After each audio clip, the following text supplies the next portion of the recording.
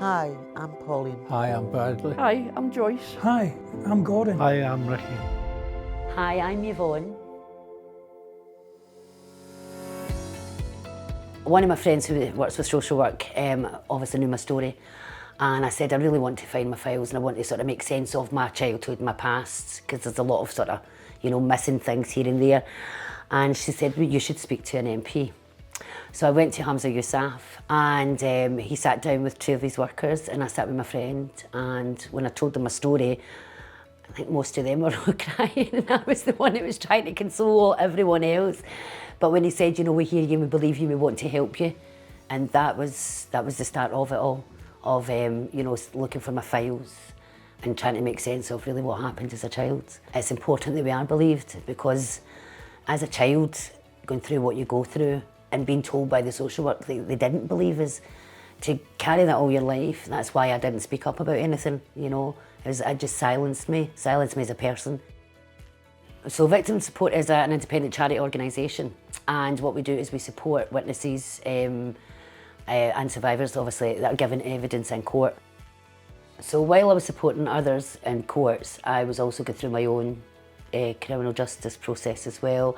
I had several cases, one being the High Court that I had to give evidence for, which was quite difficult, and I was going through the redress programme as well.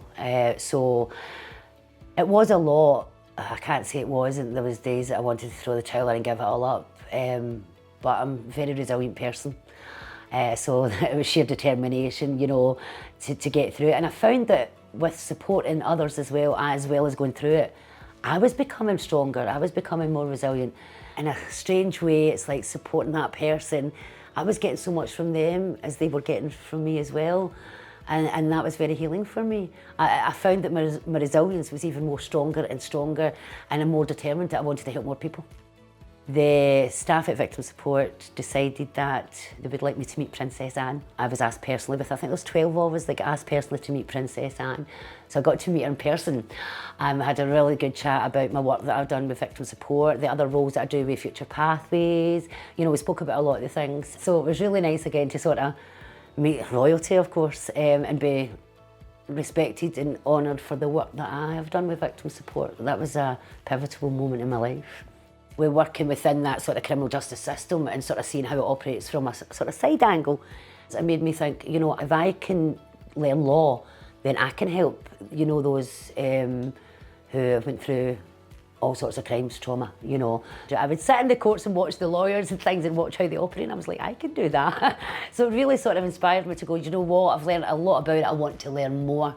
And then I thought, why would I want to start at the bottom when I can just do an open university and just go for a BA honours? So I decided to bite the bullet and go for that. I've actually had so much support from everyone. It was nice to see that they see me at 53 going for a career, because not everyone starts a career at 53. So yeah, they've been very supportive. Whatever happens in life, you're going to get through it. And even though there's days where you felt that you didn't, there's days where you didn't want to be here, you will get through all the hardship, and one day you will be believed.